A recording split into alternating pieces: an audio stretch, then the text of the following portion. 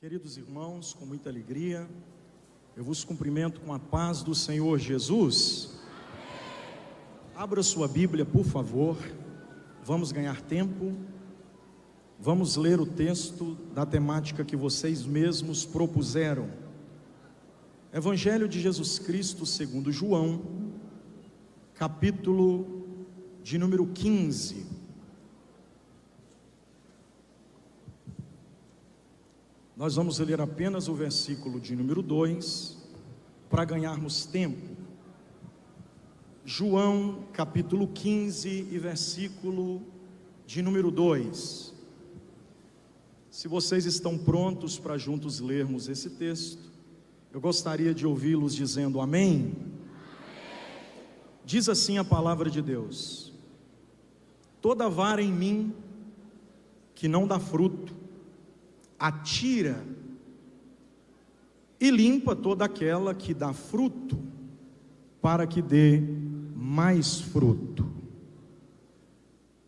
Olha o texto mais uma vez. Eu quero evocar a autoridade da palavra de Deus, portanto eu vou ler com vocês mais uma vez, e eu quero que você se atente a esse texto.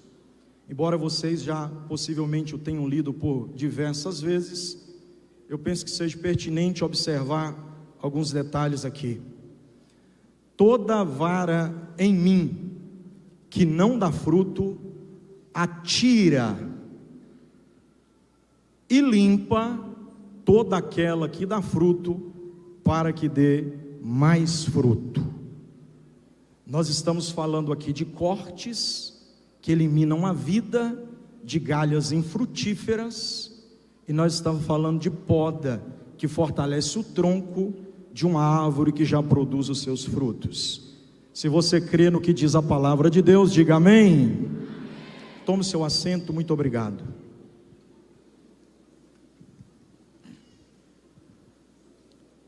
Eu vou ser rápido, eu te peço a paciência, prometo ser breve.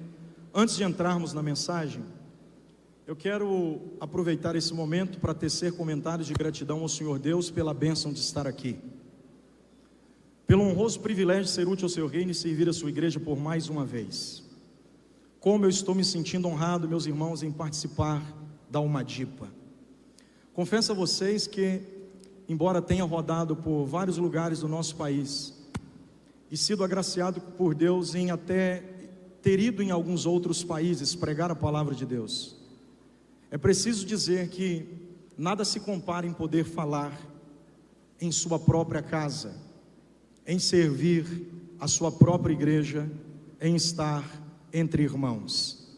Cumpre-se hoje no meu ministério mais uma promessa que Deus me fez há muito tempo, que era participar como um dos pregadores da Umadipa.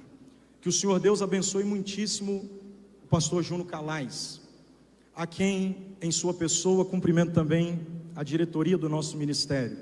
Eu queria falar o nome de todos os senhores, entretanto o tempo está resumido para assim o fazer.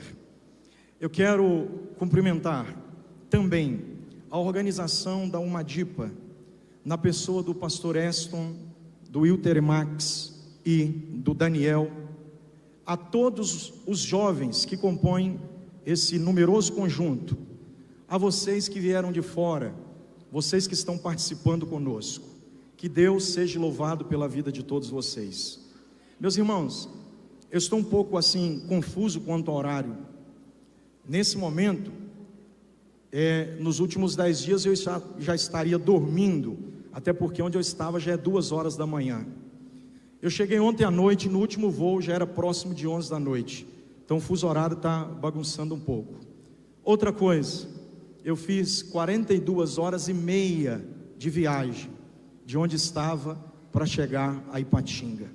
Então estou também extremamente cansado, mas diferentemente do que se possa imaginar, estou com minhas forças revigoradas e com o meu vigor fortalecido pelo Senhor.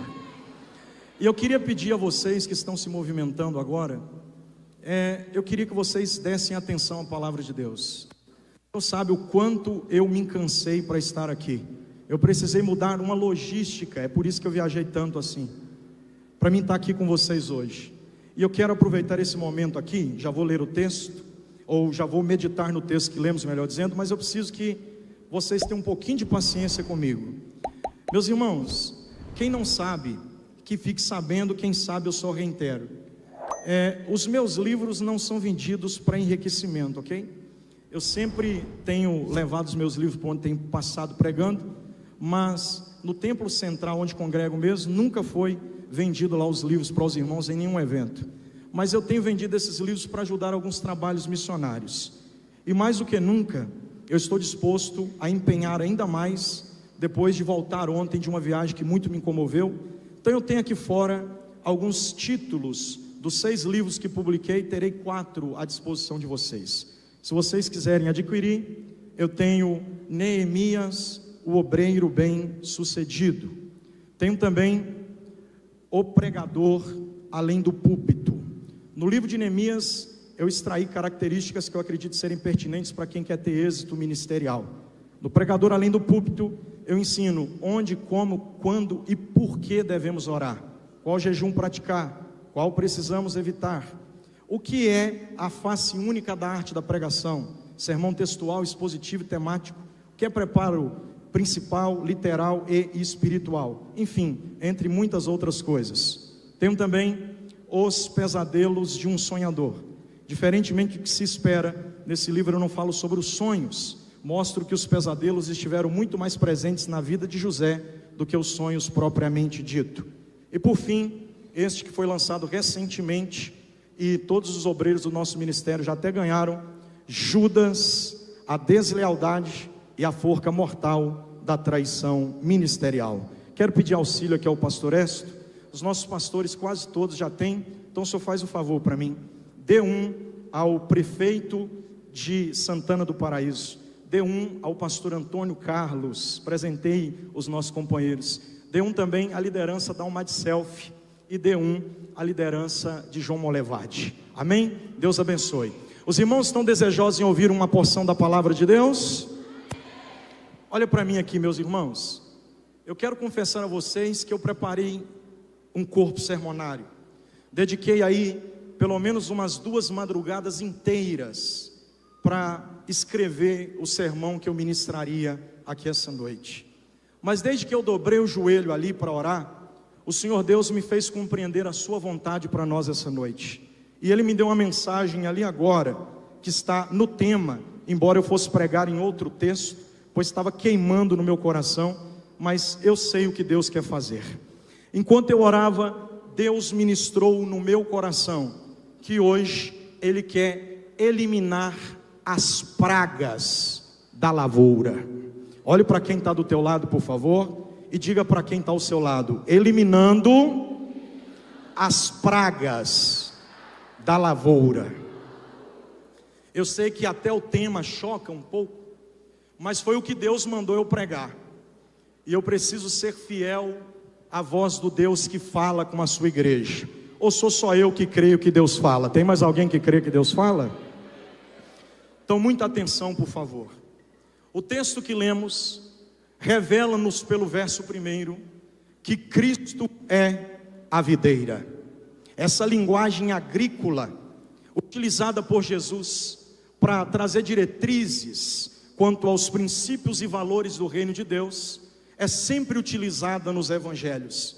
Quando você vê a biografia de Cristo descrita pelos evangelhos sinóticos, bem como também por João, você vai perceber que Jesus não é só a videira, Ele também é a oliveira. Ele é a oliveira, Ele é a videira e Ele também é a figueira. Quando eu identifico que Jesus se utiliza de uma figura de linguagem bem peculiar, porém simples para a época em que Ele pregava, eu percebo em primeira ocasião que o evangelho de Jesus nunca foi para enfeitar pavão. Jesus sempre discursou em uma linguagem simples, para que todos pudessem compreender o propósito de sua fala. Dito isso, eu volto a pensar com vocês que o versículo 1 do texto que lemos, que é o contexto remoto, que vai identificar a proposta do contexto imediato, mostra que Jesus é a videira. Agora, preste atenção, Jesus se condiciona às características de uma árvore que produz frutos.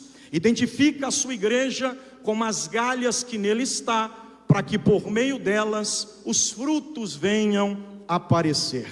Jesus, nessa simples figura de linguagem, está nos mostrando princípios e valores eternos do seu reino. Porque se não, vejam vocês mesmos, todo fruto, ele precisa de um processo, de um estágio gradativo e progressivo, para que ele venha a existir. A árvore, na verdade, antes de ser árvore, sempre foi uma semente. Pensando nisso, eu olho para a visão do evangelista Marcos, quando no capítulo 4, mostra a primeira pregação de Jesus. Talvez vocês não sabiam, mas a primeira pregação de Jesus, em Marcos capítulo 4, é justamente também em figura de linguagem, e nesta ele fala em forma de parábola, mostrando o reino dos céus como um semeador que saiu para semear, como uma árvore que produz frutos, passa pelo estágio da semente, para que uma vez se torne um arvoredo, para que por sua vez venha frutificar. Então vamos pensar nesta construção desde a semente. Quando Jesus prega a sua primeira mensagem, ele mostra esta árvore como uma semente sendo semeada. Mostra que o semeador sai a semear, e que ele lança a semente em 4 terrenos distintos. Quantos são terrenos, uma dipa? Quantos são? São 4 terrenos. A Bíblia diz que Jesus deixa claro, depois de pregar, o que é que estava por trás, na intenção da fala, que por ele foi utilizada por meio de parábolas. Ele mostra os 4 terrenos, a finalidade pela qual pronunciou cada um deles. Mostra que o terreno à beira do caminho é a semente que é lançada, mas o inimigo leva, representada pelas aves dos céus. Mostra também que a semente entre pedras, ela até nasce, mas ela não consegue ter profundidade no solo, visto que a rigidez das rochas não permite ela ultrapassar para chegar nos mananciais de água. A terceira semente, que cai entre espinhos, ele mostra que é sufocada pelos espinhos. São as coisas dessa vida que sufocam o crescimento dessa semente. Por fim, mas não menos importante, ele termina dizendo que a última semente caiu em terra fértil, e esta produziu 30, 60 e até 100 por um. Com base no pensamento do que disse Jesus, a partir da semente, que é o início dessa frutificação, eu aprendo em primeira ocasião que a semente do evangelho precisa ser lançada no solo. Nas características que ilustram bem a ideia da parábola, a semente é o evangelho, o semeador é o pregador, e os terrenos ou os solos é o coração do homem. Assim a gente entende que o coração do homem tem um problema. O problema não está na semente, o problema também não está no semeador, o problema está no coração do homem, que refuta a possibilidade que essa semente tem de germinar. Pense comigo, por favor, por que é que o semeador não mudou o tipo de semente em detrimento das qualificações do solo? Por que é que o semeador insistiu em semear a mesma semente, mesmo sabendo que os solos eram diferentes? Jesus está nos dando uma lição eterna. O processo de frutificação nasce justamente na semente do evangelho, que não pode ser alterada, modificada, alternada para uma nova metodologia de plantio. A semente é única, é a mesma, não foi mudada. Os solos são diferentes, mas a semente permaneceu sendo lançada pelo semeador, tanto na beira do caminho, quanto em rochas, quanto em espinhos, como em terra fértil.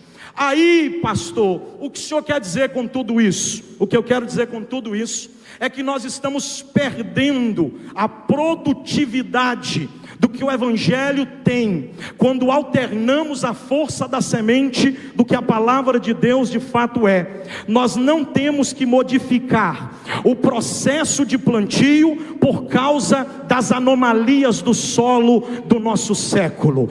Os homens estão endurecendo cada vez mais o seu coração. E com isso, a gente vem se adequando aos corações humanos, dia após dia. A mensagem que era pregada há algum tempo, já não vem sendo mais pregada, porque o homem endureceu tanto o coração, que a gente começou a criar novas metodologias para o plantio. Aí vem a teologia da prosperidade. Desde a década em meados de 60, a gente vê essa onda neopentecostal assolando a igreja. Uma nova semente tem sido lançada, uma semente que tem anomalias em seus padrões espirituais.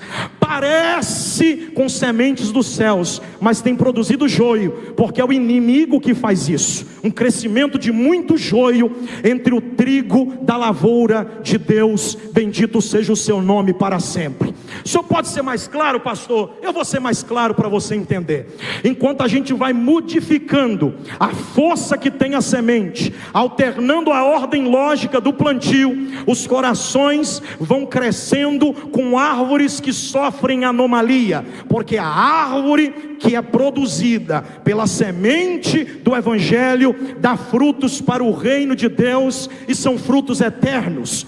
É por isso que lá na frente Jesus diz que os nossos frutos devem ser permanentes. No mesmo capítulo ele diz: não vos escolheste vós a mim, antes eu vos escolhi a vós, para que vades e deis frutos. Mas não é só frutificar não, e que os vossos frutos sejam permanentes. A gente tem visto muita coisa com essa mensagem coach. A mensagem coach tem abalado a estrutura da igreja.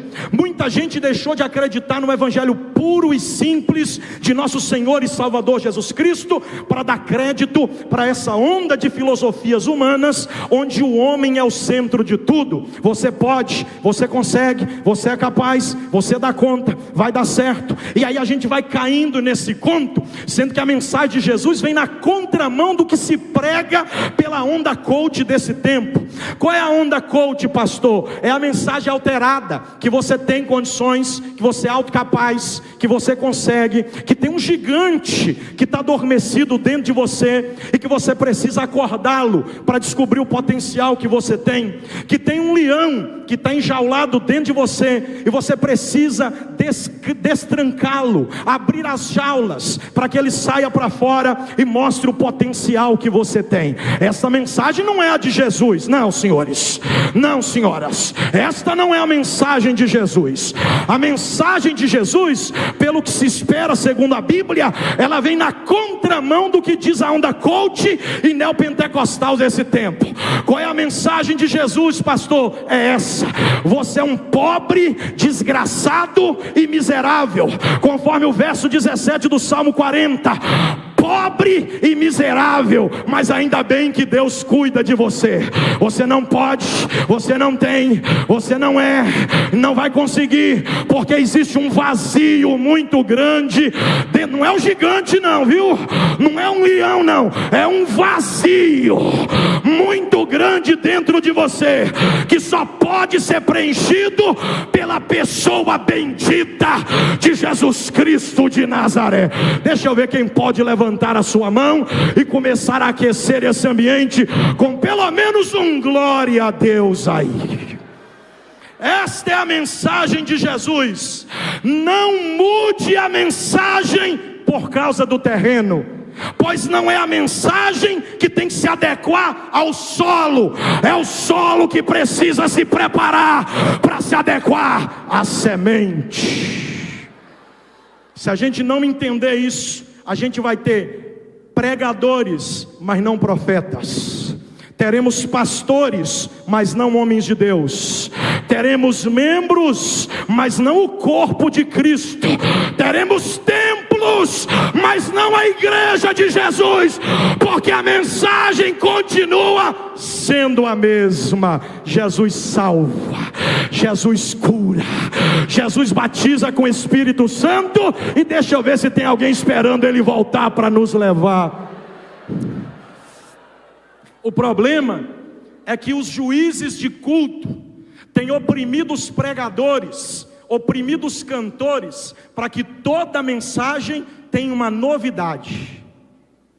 Olhe para quem está do teu lado e diga para ele assim: a mensagem é a mesma, O problema nunca esteve na mensagem, diga. O problema está no teu coração. Quando o problema está no coração, a gente tem que tratar a causa. E sabe por que a gente perde muito tempo fazendo congresso, fazendo festa, fazendo evento, mobilizando o povo? É porque a gente vai lá no efeito. E Deus está dizendo, quer resolver o problema? Para de tratar efeito e começa a resolver as causas. Porque é mais ou menos assim, quando o mosquito da dengue pica alguém, e essa pessoa, em detrimento dos efeitos, procura um médico para tomar lá os seus remédios, ele resolve o problema que o efeito produziu, mas não que a causa ocasionou. Então ele tem que voltar lá naquela água parada e virar, porque não adianta tomar remédio para curar os efeitos, se a água continuar parada lá com a larva. Olhe para quem está do teu lado e diga para ele assim, o problema está no teu coração. Se você quer frutificar, dá uma arada no coração. Se você não está gostando da mensagem, vai discutir com Deus. Não gostou do pregador? Não tem problema não, porque ninguém consegue agradar todo mundo, eu estou ciente disso. Mas não reprova a mensagem não, porque é de Deus para a tua vida. Deus está usando a minha boca para te dizer, está na hora de dar uma arada no teu coração. Se você não mudar a intenção do coração, a semente não será capaz de produzir em sua capacidade máxima. Diga para quem está perto de você, Deus tem mais para dar do que a tua capacidade de receber. Sabe qual é o problema, pastores? É que mesmo Deus tendo condição de dar para nós mais do que nós temos condições de receber, a gente recebe muito pouco de Deus, porque o nosso coração não está preparado para receber tudo que Ele tem a nos dar. Porque é mais ou menos assim, Deus está dizendo, eu não vou te dar menos do que tudo que tenho para te dar, desde que você não me entregue menos do que eu espero de você. Você ouviu isso mesmo? Eu vou repetir para você, Deus vai te dar sempre tudo que Ele tem para dar, quando você der para Ele no mínimo o que Ele espera de você. E essa noite Deus está dizendo, eu espero um coração quebrantado e contrito na minha presença. Oh, bendito seja o nome de Jesus. A gente na condição de pregador fica pensando, eu cheguei a pensar comigo, já não é fácil pregar o evangelho, ainda mais em casa, e aqui debaixo da autoridade desses homens ungidos por Deus, desses homens dignos e honrados que o Senhor levantou. Eu fico me pensando, por que não um dos senhores e eu? E aí a responsabilidade dobra. Não é fácil pregar o evangelho, ainda mais em casa, e sabendo que tem gente mais capaz do que eu para falar aqui, mas ainda assim cai sobre mim um privilégio. Aí eu me pergunto, Senhor, o que eu vou pregar? É o que o povo espera ouvir? E Deus diz, não, é o que eu quero falar. Levante a sua mão, por favor, e não abaixa. Deus está trabalhando entre nós, e a primeira mensagem dele para alguém é essa: antes que a semente chegue, prepare o teu coração para receber o que eu tenho para lhe dar. Estão colocando uma responsabilidade tão pesada nas costas dos pregadores, que parece que tem hora que eu olho assim no olhar de alguém e fico pensando comigo, parece que está dizendo assim, será que vai sair alguma coisa daí, pastor? O senhor tem alguma coisa para dar para nós aí, pastor? Não é todo mundo não, mas tem hora que a gente olha assim para alguém, quando a gente fixa o olhar nos olhos dele, parece que a pessoa está falando com o olhar, manda alguma coisa aí, porque eu saio de casa esperando alguma coisa. Culto não é o pregador que dá para a igreja não, meu filho. Culto nunca foi o pregador que deu para a igreja. Culto é a igreja junto ao pregador que dá para Deus. Nunca existiu culto ruim. O que sempre existiu foi crente ruim para cultuar. passa o dia todo no celular, no Instagram, no WhatsApp, no Facebook, vai ver Netflix, está lá na internet, não fez nada para Deus, vem pesado para um culto como esse, aí chega aqui, cruza os braços, masca chiclete, encara a gente, será que vai sair alguma coisa? Se você não arou o coração, o pregador não vai te dar nada. Agora se o coração está quebrado, já recebe alguma coisa.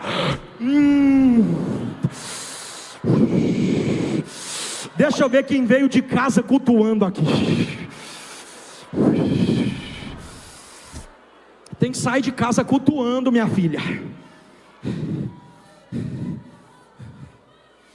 O primeiro problema da lavoura de Deus é o coração, que está cheio de pedra, está cheio de espinho, está na beira do caminho, não tem profundidade espiritual, está na superfície, mas Deus está te chamando para um nível mais elevado, para mais profundidade. A semente quer penetrar no teu coração e transformar o teu ser. Tem alguém aqui que crê no poder do Evangelho ou sou só eu que creio? O Jesus que eu sirvo é aquele que transforma quem somos e faz com que sejamos quem Ele projetou para que um dia viéssemos ser. Eu não quero nem saber quem você foi até aqui. Se você se quebrar diante do Deus a quem servimos, Ele vai transformar a sua vida, Ele vai mudar a sua realidade. Diz a Bíblia que o processo da semeadura é o primeiro ponto. Mas aí não é só isso, gente. O problema é que depois que a semente germina, tem uma segunda anomalia na lavoura. O primeiro é o coração. E o segundo, pastor, é a fonte que nos alimenta. Sabe por que tem muita gente que não produz frutos? Porque não está fixada nos mananciais de vida que brotam do trono de Deus. Está se alimentando do esgoto. E quando a nossa árvore espiritual não se alimenta das águas vivas que emanam do trono da graça de Deus, a gente corre o risco de se alimentar da fossa, do esgoto, da imundícia dessa vida. Mas eu vou pregar, eu estou com vontade de pregar, eu vou pregar, porque avivamento é assim: primeiro Deus varre a sujeira, para depois mandar a sua glória. Então vai aguentando firme aí. Deus está dizendo para alguém: eu tenho visto do que você tem se alimentado. Porque não adianta nada você deixar a semente brotar, mas começar a se alimentar do esgoto. É por isso que Jesus, quando falou para a mulher samaritana de João 4, ele disse para ela assim: você quer beber do poço de Jacó? O teu problema é cultural. Enquanto você prende-se aos parâmetros culturais, perde a oportunidade de saciar a tua sede espiritual. Porque não é no monte e nem no templo, é agora, e tem que ser de verdade, tem que ser em espírito. Olhe para quem está do teu lado e diga para ele assim: de qual fonte você tem bebido? Porque a fonte em que bebemos revela quem somos. A fonte que nos alimentamos revela quem somos. Se você quer frutificar, vou te dar um conselho: para de beber do esgoto, porque esgoto não dá capacidade para a sua frutificação. Esgoto só prejudica as raízes da tua estrutura espiritual. O que é o esgoto, pastor? Eu vou ter que falar mesmo, eu desenho, eu falo ou não falo, gente? Está aqui, ó. Está aqui, falo ou não falo? Sabe qual é o problema, pastor? Vou falar a verdade. É que congresso, o povo muda o clima. Todo mundo abre a boca e quer beber do rio da graça de Deus. Mas quando a festa acaba, na segunda-feira, o laptop às 2 da manhã já começa a denunciar de qual fonte você tem bebido. E congresso de um dia só não muda a vida de ninguém. Então eu quero te convidar a fechar o notebook, a excluir aquele esqueminha do WhatsApp, a parar de dar audiência para essa página obscura e promíscua, porque a Bíblia ainda é uma fonte, a oração ainda é uma fonte, o jejum ainda é uma fonte. E o Salmo 46 verso 4 diz a Bíblia que há um rio cujas correntes alegram a cidade de Deus, e Deus está no meio dela. O outro problema é que tem gente que começa a beber da fonte, mas não vai nutrindo as suas raízes em águas mais profundas. E aí eu me recordo de Ezequiel 47 e penso bem que tem gente que até atingiu o lençol, e Deus está dizendo: já está bebendo, mas eu tenho mais água para dar. Não adianta estar na superfície, não é no artelho, não é no joelho, não é no lombo, é nadando de braçada nesse rio, meu irmão. Pastor, o senhor é tão novo e chegou tão longe. Conta o segredo. Não tem segredo. Quando Deus disse quer mais, eu disse já estou pulando, Jeová. Eu não contento com mornidão espiritual. Esse negócio de viver na superfície é para crente light. O negócio de Deus com quem quer frutificar é águas profundas, é pular e mergulhar. Deixa eu ver quem quer dar um mergulho no rio de Deus aqui. Terceira anomalia da lavoura, já estou concluindo. Jesus também ensinou que depois que a semente nasce, as águas da sua graça a fortalecem, e essa semente cresce. Tem um outro problema, está tudo na Bíblia. Qual, pastor? É que a árvore, depois de grande, resolve não frutificar. Evangelho segundo Marcos 11 e 14, diz a Bíblia que passando Jesus ao voltar de Betânia, viu uma figueira de longe, desejou comer dos seus frutos, mas quando se aproximou, diz a Bíblia que só tinha folha, não tinha fruto, tinha aparência, mas não tinha essência, tinha cara de quem era, mas não tinha essência de quem deveria ser, parecia ser o que na verdade nunca foi. Olhe para quem está do teu lado e diga para ele: o teu problema é essência ou aparência? Diga para ele: tem essência ou é só aparência? Balança a camisa para ele assim, ó. Diga para ele: frutificar está só na camisa ou está no coração? Tem fruto ou é só folha? Diga para ele: parece ou é de verdade? Porque nem tudo que parece ser é de fato o que parece, mas quem está conectado em Deus vai além das aparências, possui essência em quem Deus chamou para ser. Deus não te chamou para ser uma árvore aparente, Deus te chamou para produzir. Eu fico pensando comigo, eu estou pregando, vai ouvindo. Eu fico pensando comigo o que está acontecendo com a nossa geração. O que tem de gente cheio de título e vazio de pão não é brincadeira.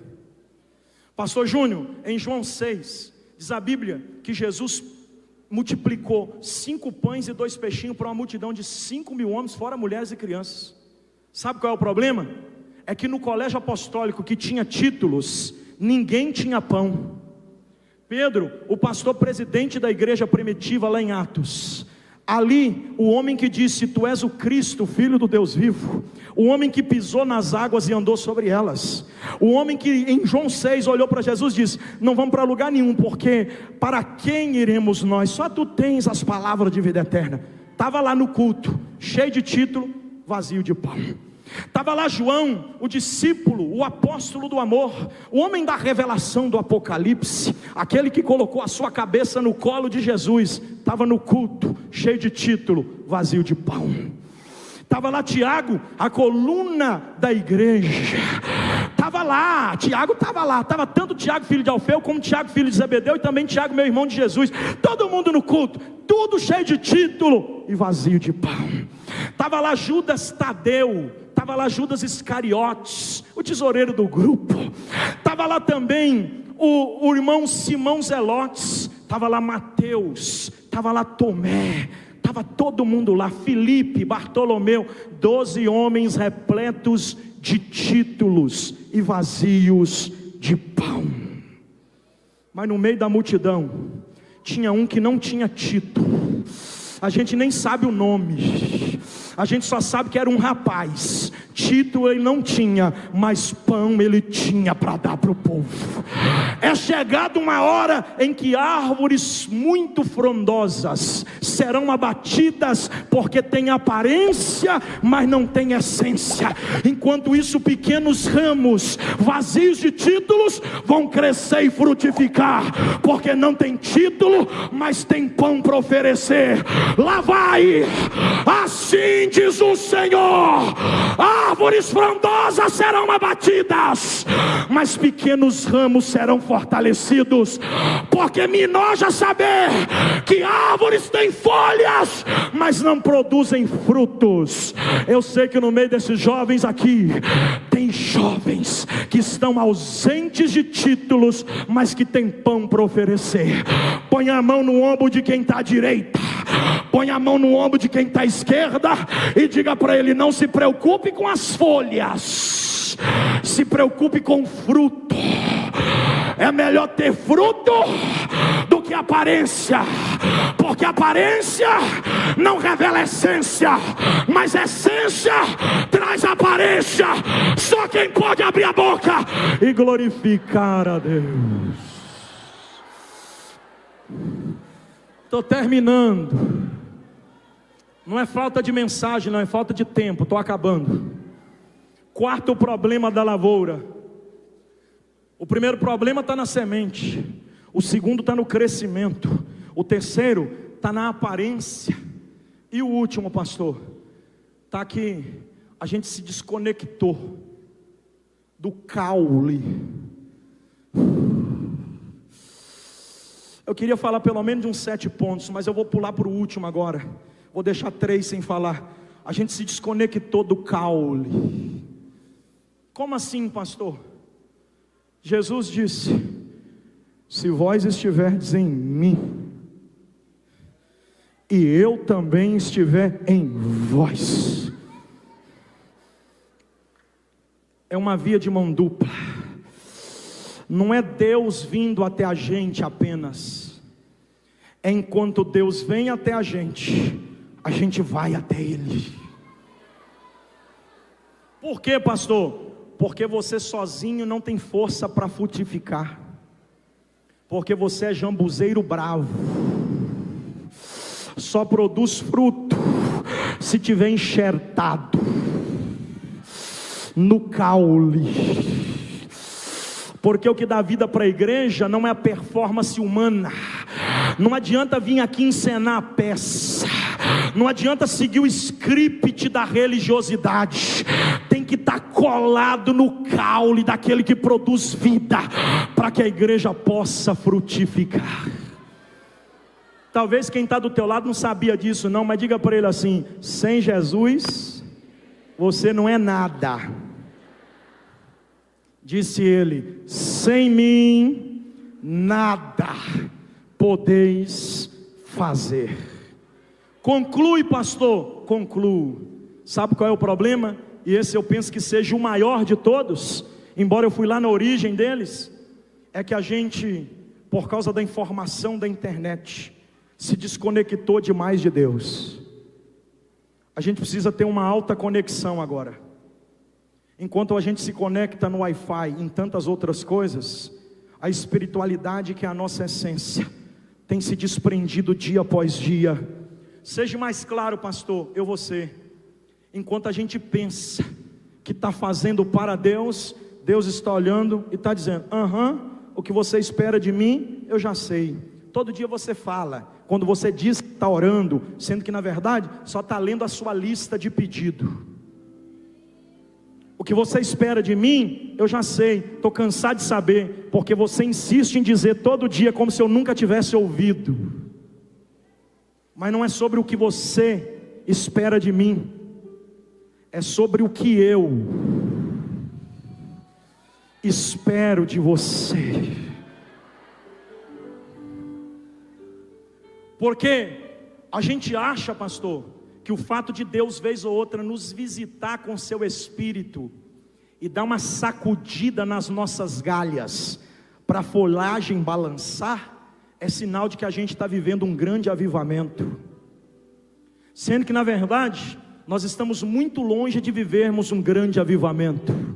Mas eu creio que quando a juventude se desperta para estabelecer um tema como esse, é porque já está dando uma direção, um passo em direção a Deus, dizendo: eu não vou ficar só esperando o Senhor vir, não, eu também quero caminhar em tua direção, porque não é só Ele em nós, é também nós nele.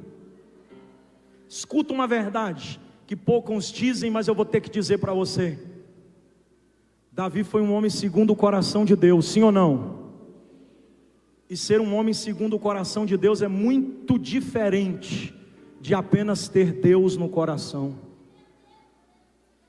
Tem muita gente que tem Deus no coração, mas é pouquíssima gente que chega no coração de Deus. Pastor, qual a diferença de ter Deus no coração e chegar no coração de Deus?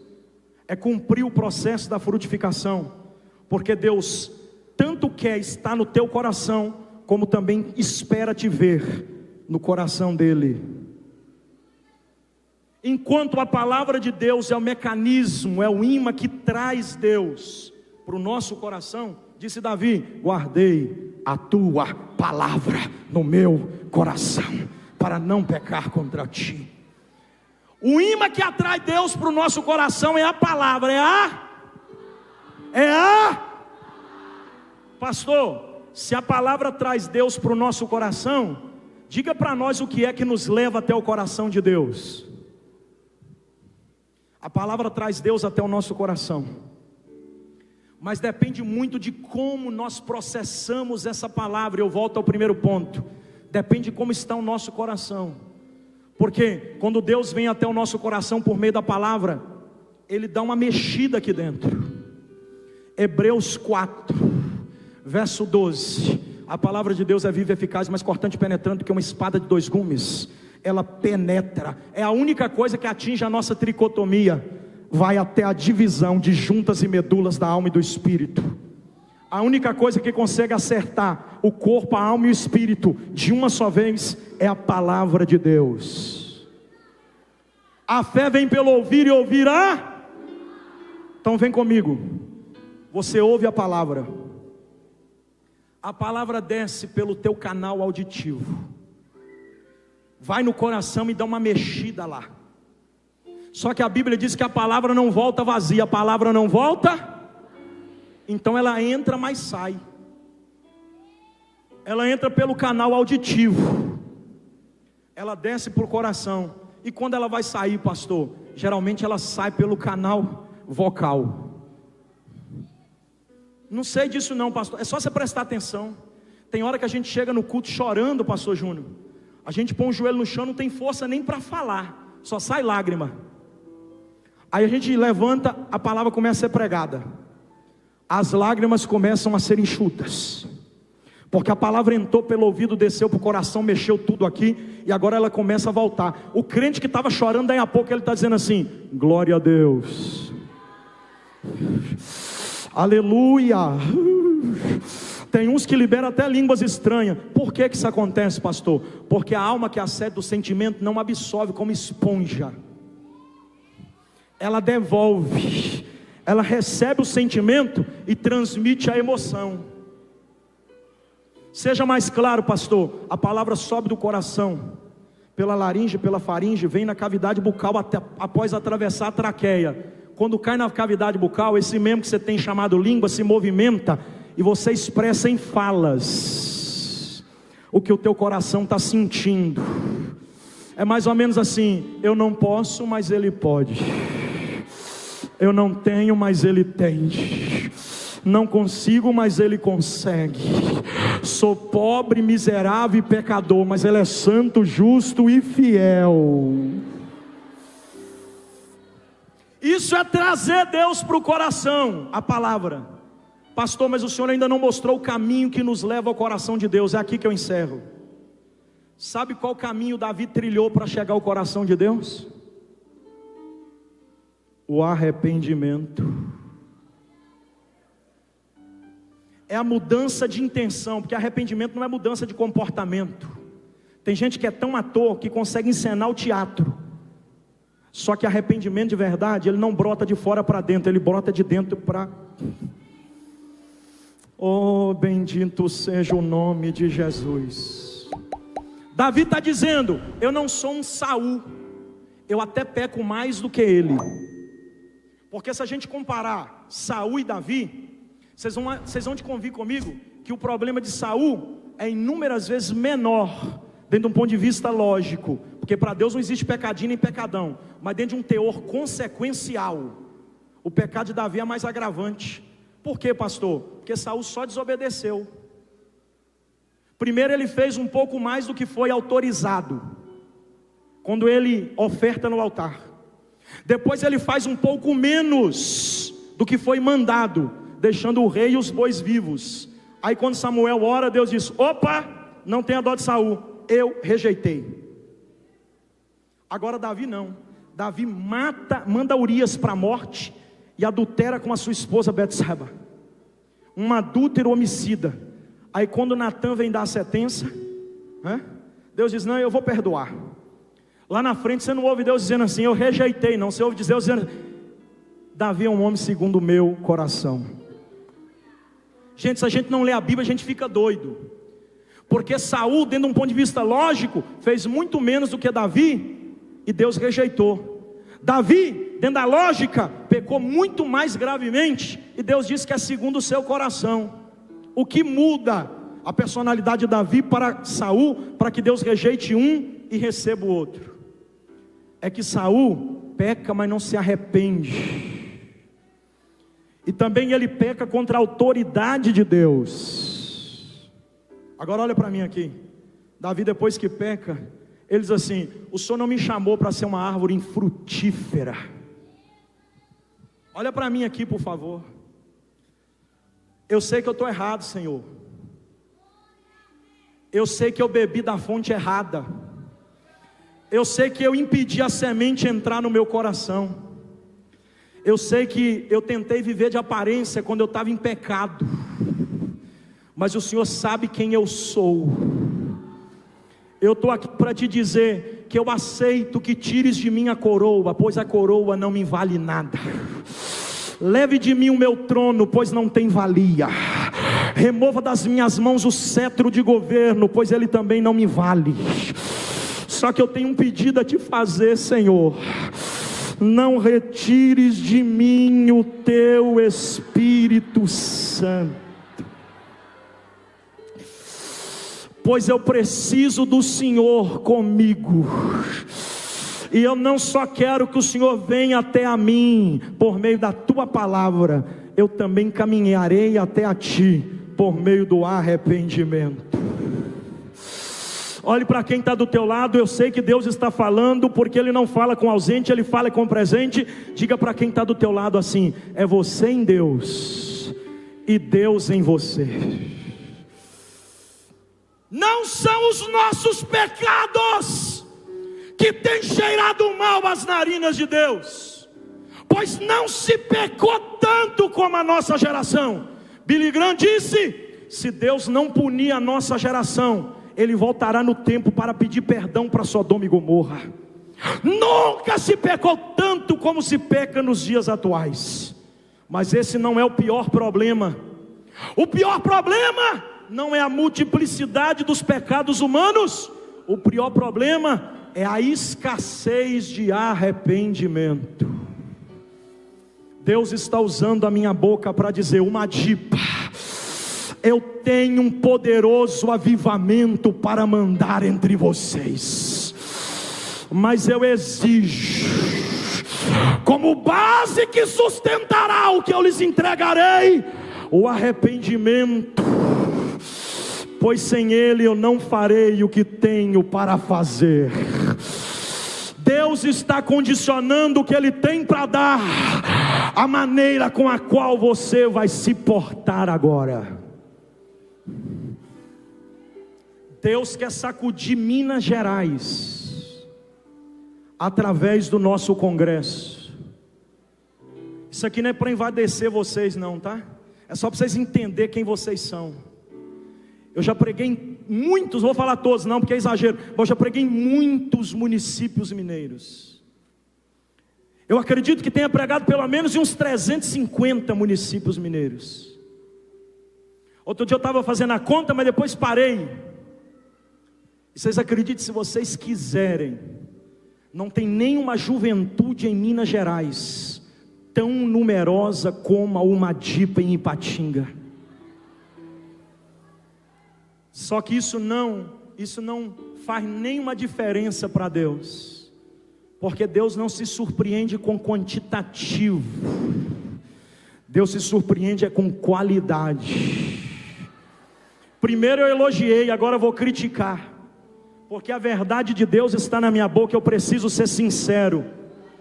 Já preguei em congresso de 15 jovens, num conjunto, mas eles estavam tão quebrados diante de Deus, que o barulho do avivamento que Deus mandou, parecia que era uma multidão maior do que vocês. Deus está passando em revista aqui essa noite, e está dizendo: quem é você no meu reino? Quem é você? Eu estou sentindo muito temor aqui. Levante a sua mão direita e não abaixe. Tem uma glória de Deus que está baixando sobre esse ambiente, e Deus está usando a minha voz para dizer para alguém: eu quero entrar em você. Caminhe na minha direção, que eu caminho na tua. Se quebrante diante de mim, que eu te encho da minha presença. Arrependa-se e eu te avivo. Mude e eu te transformo. Eu vou te dar 30 segundos para liberar o melhor glória a Deus que você trouxe. Ama-se Denjoregai. Me perdoa se eu sair um pouco da etiqueta pastoral, mas eu estou sentindo a glória de Deus passando aqui, ó. E quando a glória de Deus desce, o rei tira a coroa da cabeça e vira menino dançando. Deixa eu ver se tem mais alguém sentindo aqui o que eu estou. Levante a mão, levanta. Eu estou sentindo que está descendo um avivamento. Tem mais alguém sentindo isso, gente?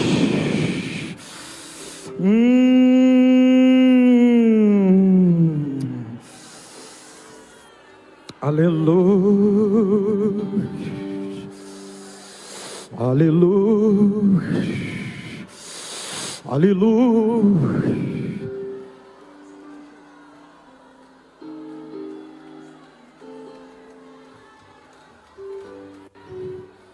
Eu não vou pregar mais, não é por falta de mensagem não, é porque o tempo está avançado demais. Já vai dar 50 minutos que eu estou falando, e não é por muito falar que eu vou ser ouvido. A minha preocupação aqui hoje não é fazer movimento. Eu queria pregar mesmo é sobre as 4 faces da glória de Deus. Eu preparei 2 madrugadas, uma mensagem explosiva. Quando eu abati o joelho, Deus disse: você não vai falar o que o meu povo quer ouvir, você vai falar o que eu quero dizer. E o que Deus quer dizer é que Ele quer fazer uma limpeza em você. Olhe para quem está do teu lado e diga para ele assim: árvore que não produz, Deus corta, mas aqui produz, Ele limpa para produzir mais. Se você dava glória a Deus, porque Deus Judas, Jesus deixa ir, mas Pedro, ele impede o diabo tocar. Se você chegou até aqui, é porque Deus sabe a tua capacidade de frutificar. Eu vou falar. Se o diabo ainda não se irandou com a tua vida, é porque Jesus está dizendo: não toca, Satanás, esse aqui vai produzir. Deixa eu ver quem crê, deixa eu ver quem crê.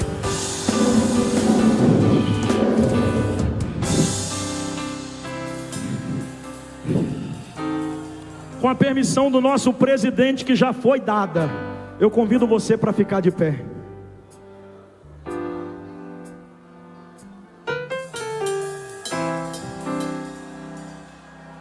Aleluia!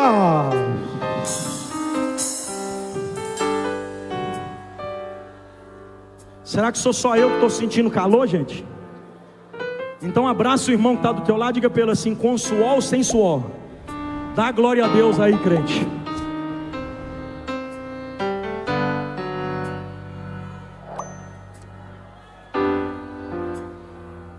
Me encara aqui todos vocês. Me encara aqui todos vocês. Eu vou dizer uma coisa para vocês que eu tenho temor para dizer. Não estou querendo aparecer não, Deus conhece o meu coração. Eu tenho temor para dizer o que eu vou dizer. Só vou dizer para aumentar a tua fé e renovar a tua esperança. Ontem, aqui era mais ou menos meia-noite, eu embarquei lá no Catar. Era 7 horas da manhã, aqui era mais ou menos meia-noite. Quando o avião decolou, eu confesso para vocês que eu me emocionei, porque eu nunca imaginei na minha vida que eu ia pregar no bairro depois da esquina de casa. E quando eu estava decolando lá no Catar ontem, a 14 horas e meia de voo de Guarulhos, eu me emocionei, porque eu não saí de casa para ir para o Catar não. Eu saí de casa para ir para a África, porque eu desejei ir para a África. Deus me permitiu visitar o país mais rico do mundo, enquanto eu pensava em ir no mais pobre. Enquanto eu decolava, eu ficava pensando: como é que pode um menino semi-analfabeto, como é que pode um rapaz que saiu de Ipaba, que embora possua o sobrenome do presidente desta igreja, nunca recebeu o favor dele? Não é isso, pastor? Conheci o senhor, já era pastor, já estava pregando. Glória a Deus por isso, né? E se tivesse recebido, era bênção dobrada também, não tinha nada a ver. Só estou dizendo isso para vocês entenderem que não foi nada a não ser Deus que me levantou.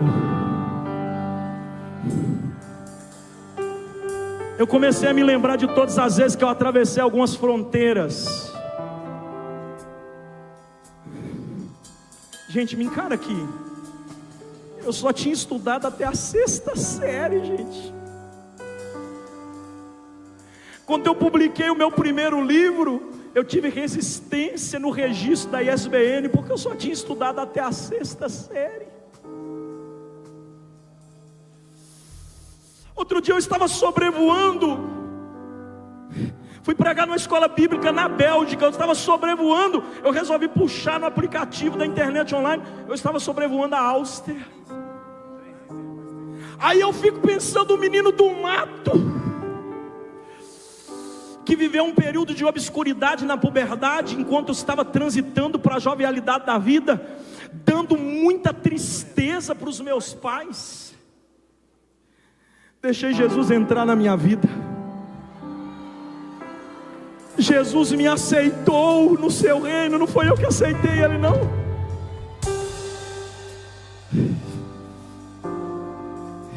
Há 15 dias atrás, eu preguei na maior igreja Assembleia de Deus da América Latina. Capacidade para 25 mil pessoas assentadas. Eu só choro, eu não estou contando isso para vanglória não. Eu não mereço ter chegado onde eu cheguei. Por que que o senhor chegou então, pastor? Porque quando Jesus olhou para mim e disse: eu te aceito, eu disse: eu quero o Senhor. Eu não quero ser a vergonha da minha família, a derrota dos meus pais. Eu não quero ser o pavor da sociedade. Eu quero ser salvo. E Jesus diz: já que você quer ser salvo, vou te fazer também um pregador.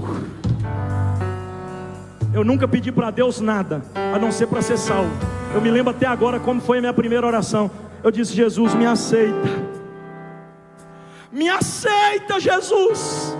Porque se eu te aceitar, eu não aguento ficar. Eu digo: me aceita, Jesus, e segura nas minhas mãos para mim nunca mais sair da tua presença.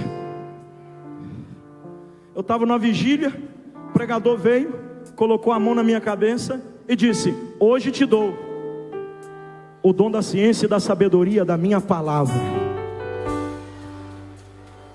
Mexe com quem está do teu lado e diga para ele assim: Deus quer te dar o que você nem imagina, quer te levar onde você sequer pensou. Deus quer te fazer frutificar, frutificar, frutificar.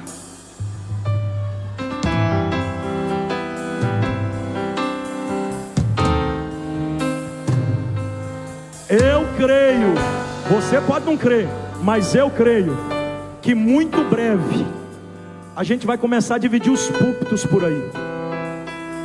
Não é para todo mundo não, é para alguns. A gente vai começar a se encontrar em cima do altar.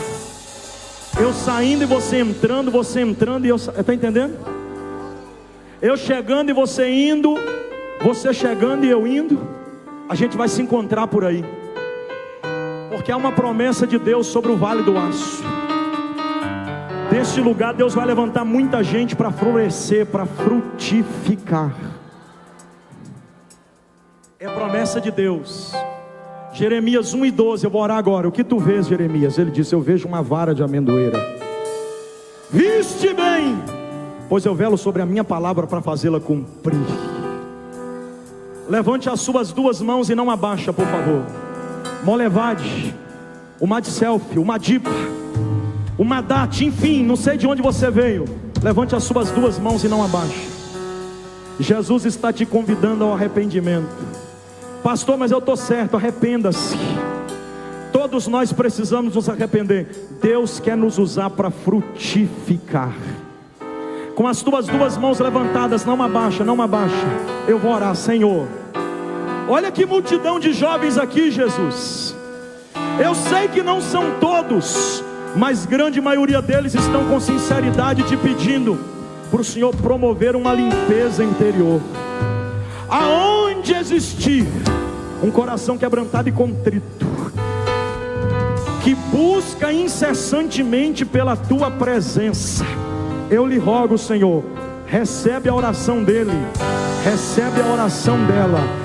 Venha até a nós enquanto nós caminhamos em tua direção, e traz um avivamento poderoso sobre a Almadipa nesta noite, em nome de Jesus. Mão direita no ombro de quem está à direita, mão esquerda no ombro de quem está à esquerda. Diga para ele: Deus, diga mais forte: Deus vai te visitar com produtividade. Diga mais forte: Deus vai te visitar com produtividade. Diga para ele: se você crê, receba agora. Se você crê, receba agora. Levante as suas mãos. Com as mãos levante a voz e libera o melhor glória que você trouxe.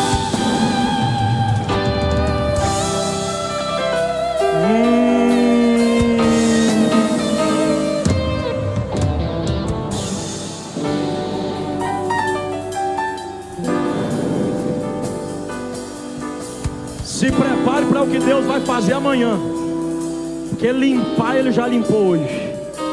Amanhã vai descer poder aqui de 2 em 2 até da ímpar.